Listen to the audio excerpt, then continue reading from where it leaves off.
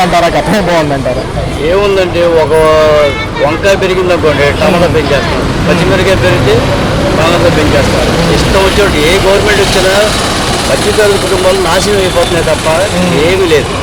Lockdown నుంచి చూస్తే ఇప్పుడు దాకా కింద స్థాయిలు మధ్యతరగతి కుటుంబాలకు వచ్చారు, మధ్యతరగతి కుటుంబాలు కింద స్థాయికి వెళ్ళిపోయారు. ఎందుకంటే వాళ్ళ నెల జీతాలతో వాళ్ళ ఇంటెదులు కట్టుకోవాలి, అప్పులు తీర్చుకోవాలి, పిల్లల్ని చదివించుకోవాలి, తినడానికి తిండి కావాలి. ఏ ప్రభుత్వాలు వచ్చినా వరాలు ప్రకటించినట్టే సంక్షేమాలు ప్రకటిస్తారు. అసలు ఈ సంక్షేమ పథకాలన్నీ వేస్ట్ అండి. చేసి ఒక రైతు ఎడ్యుకేషన్, ఫ్రీ ఎడ్యుకేషన్, ఏదైనా వృద్ధులు అర్హులైన వాళ్ళకే ఇవ్వాలి. వాళ్ళు చూడండి, అర్హులైన వాళ్ళు 10 మంది ఉంటే అనర్హులు 100 మంది ఉంటున్నారు. ఎక్కడికి వెళ్ళినా చూడండి, బిల్డింగ్ ఉన్న వాళ్ళకి, అద్దెలు వస్తున్న వాళ్ళకి పింఛన్ కావాలి, పొలాలు ఉన్న వాళ్ళకి పింఛన్ కావాలి, పేదవాడికి అందట్లా. రేషన్ కార్డులు ఏరేస్తున్నారు, తీసేయండి. గవర్నమెంట్ డిపో పెట్టండి, నాణ్యమైన వస్తువులు పెట్టండి. సబ్సిడీ కింద బియ్యం ఇస్తున్నారు, ఆ బియ్యం ఎవరు తింటున్నారండి? మొన్న పవన్ కళ్యాణ్ అక్కడ వెళ్ళి పట్టుకున్నాడు, దానికి ఏం రెస్పాన్స్ ఉంది? ఎవరన్నా ప్రభుత్వం కానీ ఎవరైనా లేదు. ఎందుకు లేదంటే అందరూ హస్తాలు ఉన్నాయి. ఇక్కడేమో స్టోరీ బియ్యం ₹2 చెప్పను, ₹5, ₹10 కొనుక్కొని అక్కడ ₹70 కొనుక్కుంటున్నారు. పేదవాడికి ఇంక ఇచ్చే ప్రయోజనం చెప్పండి? సిటీలో మాత్రం నామకి వాసి ఎవరు తింటలేదు బియ్యం. ఆ బియ్యం అంతా మొత్తం బ్లాక్ మార్కెట్కి వెళ్ళిపోతుంది. ఈ విధంగా మొత్తం బియ్యం ఇచ్చిన వేస్ట్. అదే సబ్సిడీ ₹40 అక్కడ ఇచ్చడం కంటే గవర్నమెంట్ స్టోర్ పెట్టండి, ₹50కి నాణ్యమైన బియ్యం ఇవ్వండి, ₹10 సబ్సిడీ. ఒక పక్క చూసుకుంటే సార్, ప్రభుత్వ రంగ సంస్థల్లో ప్రైవేటు విలీనం అనేది మోడీ గారు ఫస్ట్ ఎజెండా అప్పటి నుంచి కూడా. మరి ఎలా ఉండబోతుంది సార్ రాబోయే కాలం? అంతా విలీనమేనంటారా, ప్రభుత్వ రంగాలు నిర్వీర్యమవుతాయి అంటారా? ప్రభుత్వ రంగాల్లో నిర్వీర్యం ఎప్పుడో అయిపోయిందండి, ఇప్పుడు కాదు. ప్రభుత్వ ఉద్యోగాలు గంపల కొలుతూ ఉంటే, లక్షల కొలుతూ ఉంటే, ఒక ఉద్యోగం నాణ్యమైన చదువు చదువుకున్నోడికి, మెరిట్ స్టూడెంట్కి ఉద్యోగం రావట్లేదు. లంచం, ఎక్కడ చూసినా లంచం. మోడీ వల్ల కొన్ని మంచి పనులు జరుగుతున్నాయి, కొన్ని చెడ్డ పనులు జరుగుతున్నాయి. భారతదేశం వాళ్ళు ఇలా ఉందంటే మోడీ చలవ వాళ్ళే. మిగతావి ఉన్నాయి లోపాలు, చాలా లోపాలు ఉన్నాయి. అయ్యేంటి అధిక ధరలు, ఈ GST ఏమో కొన్నింటి మీద తగ్గించుకోవడం, పెట్రోల్ రేట్ చూస్తేనేమో ₹110, దాని మీద తగ్గించడం. అది కాక ఈ గవర్నమెంట్లు వస్తే ఈలో ₹10, ₹5 వేసుకోవడం. ఈ విధంగా సామాన్యులు నడ్డేరకుంటున్నారు తప్ప ఎవరో ఉపయోగపడుతుంది. గత ప్రభుత్వాలు ఓటమిని ఎదుర్కొన్నాయి, ఈ ప్రభుత్వాలు హామీలు ఇచ్చారు. పవన్ కళ్యాణ్ గారు ఒక ఉప ముఖ్యమంత్రి, కేంద్రంలో ఉన్న మంత్రులు ఎన్డీఏ కూటమి భాగస్వామ్యం. ఏమన్నా కదులుతుందా అభివృద్ధి ఈసారన్నా? అభివృద్ధి అనేది మాత్రం ఉండదండి. ఎందుకంటే అభివృద్ధి అనేది చదువుకున్నవాడికి ఉద్యోగాలు రావాలి, పల్లెటూరు డెవలప్మెంట్ అవ్వాలి, అప్పుడు మనకేంటంటే అభివృద్ధి కనబడదు. పల్లెటూరు అభివృద్ధులు ఉండవు, రోడ్లు ఎక్కడ చూసిన గుంతలమయం. ఆ గవర్నమెంట్ చూస్తేనేమో అలా చేసింది, ఈ గవర్నమెంట్ వచ్చి నిర్వీర్యంగా ఉంది. మరి ఎలా సార్ చూసుకుంటే రాబోయే కాలం భవిష్యత్తు ఎలా ఉండబోతుంది? భవిష్యత్తు ఏముందండి, చదువుకున్నవాడికి ఉద్యోగాలు రావాలి. అభివృద్ధి ఫలాలంటే ఒకటండి, ఉచితంగా ఇచ్చేస్తే అభివృద్ధి ఫలాలు కాదు. డెవలప్మెంట్, స్కిల్ ఉన్న యువకులకి డెవలప్మెంట్ వాటిలోనే చూపించాలి. పోలవరం అమరావతి పరిస్థితి ఏంటంటారు సార్? పోలవరం ఎప్పటి నుంచో వెళ్తున్నా వాళ్ళకి గత ప్రభుత్వం ఉంది. అంతకుముందు చంద్రబాబు 30%, 40% చేశారు. ఓకే, మన గవర్నమెంట్ వచ్చింది, వాళ్ళు ఎంత ఇచ్చారో కేంద్ర గవర్నమెంట్ తెలియదు. వీళ్ళు ఏం చేశారనేది శూన్యం ఇక్కడ. ఇప్పుడు ఈ గవర్నమెంట్ ఏమన్నా ఇప్పుడేం కదిలిస్తే కదలాలేమో, మరి ఈ గవర్నమెంట్లో కూడా అవుతుందా అనేది నాకు నమ్మకం లేదు. ఎందుకంటే బడ్జెట్ లేదంటున్నారు. బడ్జెట్ లేనప్పుడు ఏ గవర్నమెంట్ ఏం చేస్తే చెప్పండి? కేంద్ర గవర్నమెంట్ జాతీయ హోదా ఇచ్చింది. ఆ జాతీయ హోదా ఇచ్చినప్పుడు ఆ ల్యాండ్ ఓవర్ చేసుకొని వాళ్ళే చేస్తే బాగుంటుంది. అది 2 ఏళ్ళు 3 ఏళ్ళు అయిపోతుంది, కంప్లీట్ అయిపోతుంది. గత ప్రభుత్వాలు 14 లక్షల కోట్లు చేశాయి అప్పుడు అన్నారు, 10,000 కోట్లు మొన్న తగ్గినట్టుగా చూపించారు అసెంబ్లీ సమావేశాలు. మరి ఏమైపోయాయి అంటారు సార్? పైన ఇవన్నీ అసలు గ్యారంటీలే అంటారు, అంకెల గ్యారంటీ. ఒక సినిమాలో చూపించారు, ఒక ఐస్ తీసుకొచ్చేట్లా ఇస్తారు, అట్లా అయిపోయింది పరిస్థితి.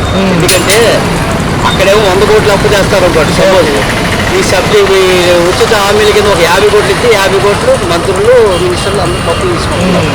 ఎవరికి అందట్లేదండి. 10 మందికి ఇస్తే 1000 లక్షల మంది దగ్గర అధిక ధరలు వేస్తారు. అసలు ఈ ఉచితంగా ఎవడేమన్నాడు? సోమవారపోతులు చేయడం తప్ప ఏమీ లేదు.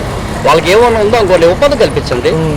చదువుకున్నాడికి ఉపాధి కల్పించండి, చదువు లేనివాడికి ఆడి తగ్గడికి ఉపాధి కల్పించండి. Right sir, right right. అలా చేస్తే అండి గవర్నమెంట్ ఏ గవర్నమెంట్ చేసినా బాగుంటుంది. చిన్న విషయం. నాకు అంత పరిజ్ఞానం లేదు, పూర్వకునే తక్కువ. ఓకే. వాళ్ళు వచ్చి ఆడవాళ్ళు చేస్తూ ఉంటారు. సార్ మీ సీనియారిటీ ప్రకారం ఎన్నో ప్రభుత్వాలు చేశారు, సంక్షేమం ఎంతవరకు ఉచితంగా ఇవ్వచ్చు సార్? ఏంటి సంక్షేమ పథకాలు కానివ్వండి, ప్రభుత్వాలు ఏవైనా. బియ్యం అయితే ఇవ్వకూడదు. ఎందుకంటే ఆ రైస్ మిల్లర్ దగ్గర 40 రూపాయలు కొని గవర్నమెంట్ మనకు సప్లై ఇస్తుంది. అట నాకు తెలియదు. మనకి దగ్గర తీసుకుని బయటలో 10 రూపాయలకి 15 రూపాయలకి 12 రూపాయలకి అమ్మేస్తున్నారు. అది తినే బియ్యం కాదు. దాని బదులు 10 కేజీలు బియ్యం ఇచ్చారనుకోండి, 30 రూపాయలు ఇప్పుడు ఆడ అకౌంట్లో ఇచ్చిన బియ్యం డబ్బులు ఇస్తే 10 కేజీలు అంటే 300 వస్తుంది. ఇప్పుడు అది ఫ్రీగా ఇస్తామంటే బయట 10 రూపాయలు చెప్పి అమ్ముకుంటున్నారు. ఓకే. ఎవడు తినే బియ్యం కాదు అవి.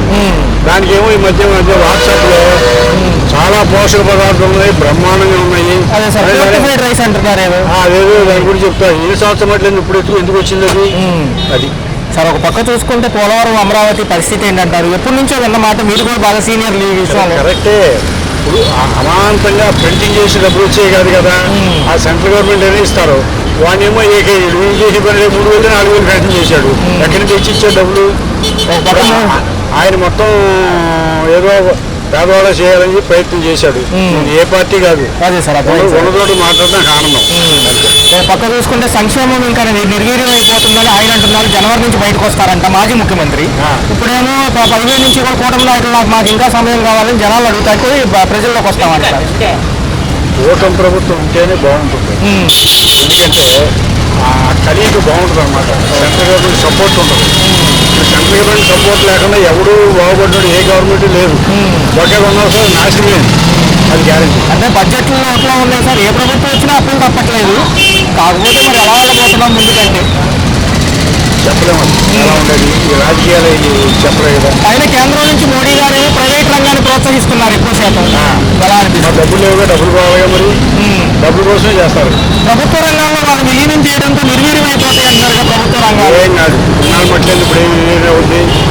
ఎవడు బతికాడు ఆడిచ్చాడు, ఆడిస్తూనే ఉంటాడు. బాధానే అన్నాడు, ఏదో ఇస్తూ ఉంటారు. మరి గవర్నమెంట్ కదా ఇవ్వకుండా మాండ కదా, వాళ్ళ ఎకరాలు చూసుకుంటారు సెంట్రల్ గవర్నమెంట్. జమిలీ ఎన్నికలు ఆయన అంటూ ఉంటారు. మొత్తం ఒకేసారి ఆంధ్రప్రదేశ్లో ఒకేసారి ఎలక్షన్, దేశం మొత్తం కూడా ఒకేసారి ఎలక్షన్ ఉండేటట్టు చూస్తామని 2027 అంటున్నారు. అది అవడం అంత యంత్రాలు ఉందంటారా సార్? అవ్వదు, సమస్య లేదు. అవడం గ్యారెంటీ కాదు సార్. చూస్తే మరి అభివృద్ధి వైపు ఈసారి ఎలా వెళ్ళబోతున్నాము? ఖచ్చితంగా జరుగుతాయి మిగతా అంశాలు. ఏమండి, ప్రతి మనిషిలో స్వార్థం తగ్గి వాళ్ళు మన అనే భావం వచ్చేవరకు ఈ ప్రపంచం ఇలాగే ఉంటుంది. ఏ గవర్నమెంట్ ఎవడేం చేయలేదు. ఆడు తీసేసి ఎక్కడి నుంచి పట్టుకొచ్చి పెడతాడు? ఇండస్ట్రీ పెట్టాలి, ఉద్యోగాలు ఇవ్వాలి అందరికీ. ప్రతి ఒక్కరి మన దేశంలోనే ఆలోచించేవాడు ఎవరికి ఉంది అసలు? వాళ్ళు ఎప్పటికీ లేవు సార్. మహిళా భద్రత, సామాన్యుల భద్రత కొంచెం కష్టతరంగా మారింది. ఎక్కడ చూసుకున్నా గంజాయి బ్యాచ్, ఈ బ్యాచ్ ఎక్కువైపోయారు. ఎప్పుడు లేదండి అది. నేను ఎప్పుడు ఉన్నాయి ఈ గవర్నమెంట్ ఆడిని ఇస్తాడు, ఎవరు వేరే పనులు వాళ్ళకి అంతే. అది ఎప్పుడు లేవు, అన్నీ జరుగుతూనే ఉన్నాయి. కాకపోతే మీలాంటి ఇలా ఫోకస్ చేయడం వల్ల కొంచెం జరుగుతుంది, చేయకపోతే లేదంటే అంతగానే లేదు. రోడ్లకు సంబంధించి గ్రామీణ రోడ్లు జాతీయ రహదారులకు అనుసంధానమైన ఏరియాల్లో కూడా టోల్ గేట్లు ఉండబోతున్నాయి. ఎందుకు అంటే డెవలప్మెంట్ కి ఖచ్చితంగా డబ్బులు లేవు కాబట్టి వసూలు చేస్తామంటున్నారు. ఎలా ఉంది? డబ్బులేదు. కరెంటు బిల్లులు పెంచమన్నారు కానీ పెంచారు, 190 పైసలు. ఏమండి అప్పుడు ఎలక్షన్ కోసం అలా చెప్తారండి. డబ్బులు ఎవరు సొమ్ము ఎక్కడి నుంచి తెస్తారు? జనం మీద బాధ ఖర్చు పెట్టాల్సిందే. గత మాజీ ప్రభుత్వ ముఖ్యమంత్రి ఏమో నేను ఉంటే 4 పథకాలు ఇచ్చామని, నేను కరోనాలో కూడా అన్ని అమలు చేశాను అంటారు. ఏ గవర్నమెంట్ అలాగే అంటూ ఉంటారు. ఈ నాణ్యత ఇదే పని. జనాలకు బుద్ధి రానంతసేపు, వాళ్ళకి ఆలోచన స్వార్థం తగ్గనంతసేపు ఎప్పుడు డెవలప్మెంట్ రాదు. ఫైనల్ క్వశ్చన్ సార్, వాలంటీర్ వ్యవస్థ గురించి తీసేశారు కదా వాళ్ళు. వాళ్ళ ఆలోచన వాళ్ళది. అది తీసేటువంటి మరి ఎందుకు ఆడు పెట్టాడు, ఎందుకు తీసాడు వాళ్ళది నాకు ఐడియా లేదు. దాని గురించి తెలియదు. ఓకే. పెరిగినాయి అంటున్నారుగా, అసలు ఎలా అనిపిస్తుంది? గతంలో ఎంత, ఇప్పుడు ఎంత అవుతున్నాయి? జగన్ మరి మా పేదలకు అందరికీ కరెంట్ బిల్లులు తీసేసేది. మరి వీళ్ళు వచ్చిన తర్వాత మాకేమో ఇది ఇచ్చేస్తున్నారు, అంటే ఏమో సౌకర్యం లేదు. బిల్లులు కూడా పెంచారు బాగానే ఈసారి. మాకు సౌకర్యం లేదు.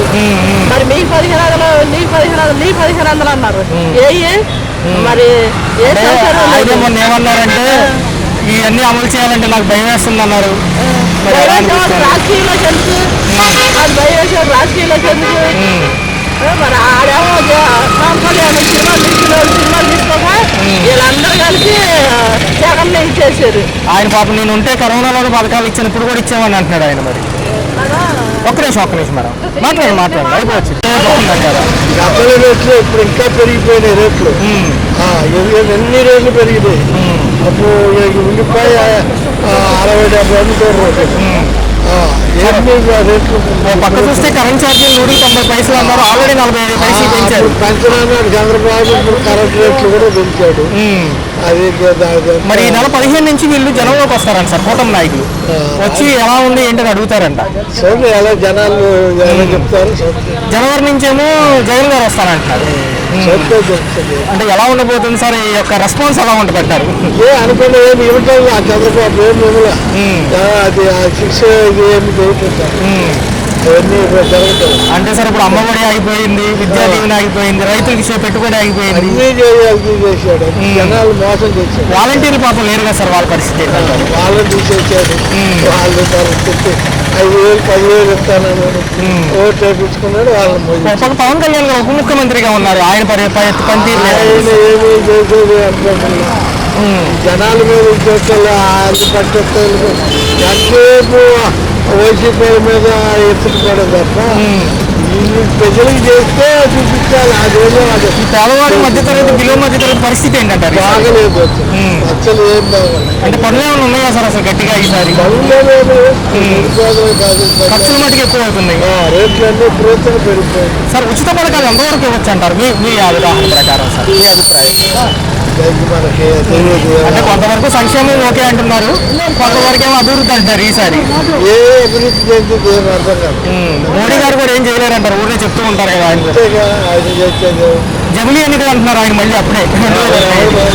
ఎప్పుడైతే అవ్వచ్చు అంటే తెలుస్తుంది అప్పుడు. Right sir, thank you.